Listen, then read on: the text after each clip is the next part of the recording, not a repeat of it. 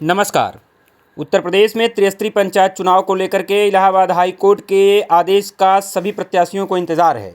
UP प्रधानी चुनाव 2026 लगभग टल चुकी है, लेकिन प्रधानों की बल्ले बल्ले हो चुकी है। आइए आपको जानकारी देते हैं। मौजूदा प्रधानों ने कर दिया बड़ा खेल, करोड़ों का फायदा प्लस फंड प्लस कार्यकाल विस्तार, गवर्नमेंट पूरी तरह मजबूर।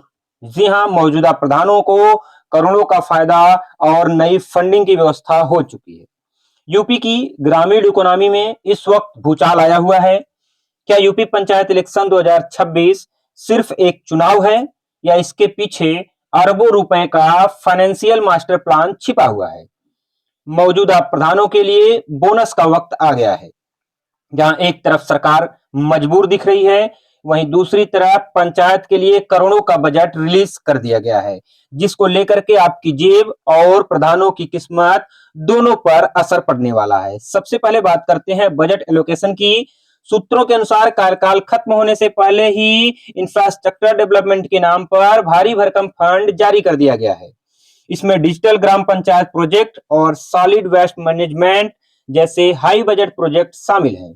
यहाँ खेल ये है कि कार्यकाल विस्तार अर्थात एक्सटेंशन मिलते ही इन करोड़ों के फंड का इस्तेमाल मौजूदा प्रधान अपने इकोनॉमिक स्ट्रेटेजी को लुभाने के लिए कर सकते हैं। जी हाँ, त्रिस्तरीय पंचायत चुनाव समय से नहीं हो पाने तय दिखाई दे रहे हैं। प्रदेश भर में ग्राम प्रधान लामबंद होने शुरू हो गए हैं। मौजूदा प्रधान संगठन की बैठक में यह तय किया गया कि सरकार प्रधानों का कार्यकाल बढ़ाए, प्रशासक न बिठाए जाएं, नहीं तो गांव के विकास बाधित हो जाएंगे। जी हां, प्रधान अपने स्तर से खेल शुरू कर दिए हैं। मौजूदा प्रधान और उनके संगठन चाहते हैं कि प्रशासक न बैठा करके उनके कार्यकाल को ही बढ़ा दिया जाए।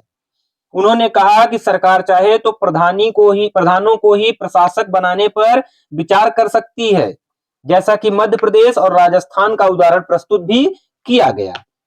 कहा गया कि राजस्थान और मध्य प्रदेश में कार्यकाल विस्तार दिया गया था और प्रधानों को ही प्रशासक बना दिया गया था, जबकि उत्तर प्रदेश सरकार अगर प्रशासक बैठा देगी तो प्रधान कार्यकाल नहीं पूरा कर पाएंगे। आगे का जो बचा हुआ समय होगा उसको प्रशासक कार्य करेंगे जब तक चुनाव नहीं होता है।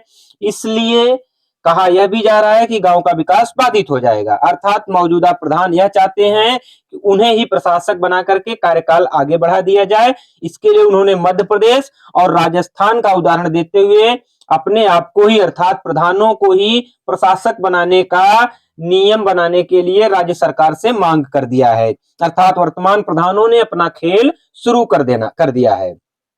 अब देखिए सरकार की मजबूरी। स्टेट इलेक्शन कमीशन ने वोटर लिस्ट के अपडेशन में जो देरी की है, उसका सीधा असर डिजिटल इंडिया के तहत होने वाले सर्वे पर पड़ा है।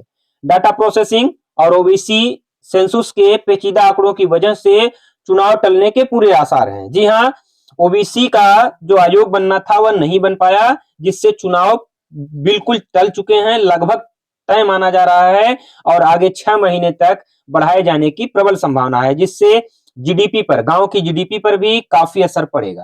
क्या सरकार एडमिनिस्ट्रेटर अर्थात प्रशासक की नियुक्ति से डर रही है? चर्चा यह है कि अगर प्रशासक नियुक्त किए गए तो ग्रामीण वोट बैंक खिसक सकता है।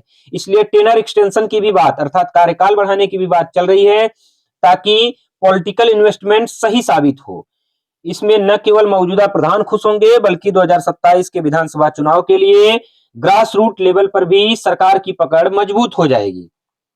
तो दोस्तों, क्या आपको लगता है कि विकास के नाम पर यह बजटेरी गेम चल रहा है? क्या प्रधानों को एक्स्ट्रा समय मिलना चाहिए या सरकारी खजाने का ऑडिट होना चाहिए? अपनी राय कमेंट बॉक्स में जरूर दीजिए। अगर आप चाहते हैं कि हम इस फाइनेंशियल स्कैम या बेनिफिट का एक और डीप वाइड वीडियो बनाएं, तो इस वीडियो को 5000 लाइक तक पहुंचाइए और चैनल को सब्सक्राइब करिए। हम आने वाले समय में सरकार की हर मंशा को आप तक पहुंचाने का कार्य करेंगे। धन्यवाद दोस्तों।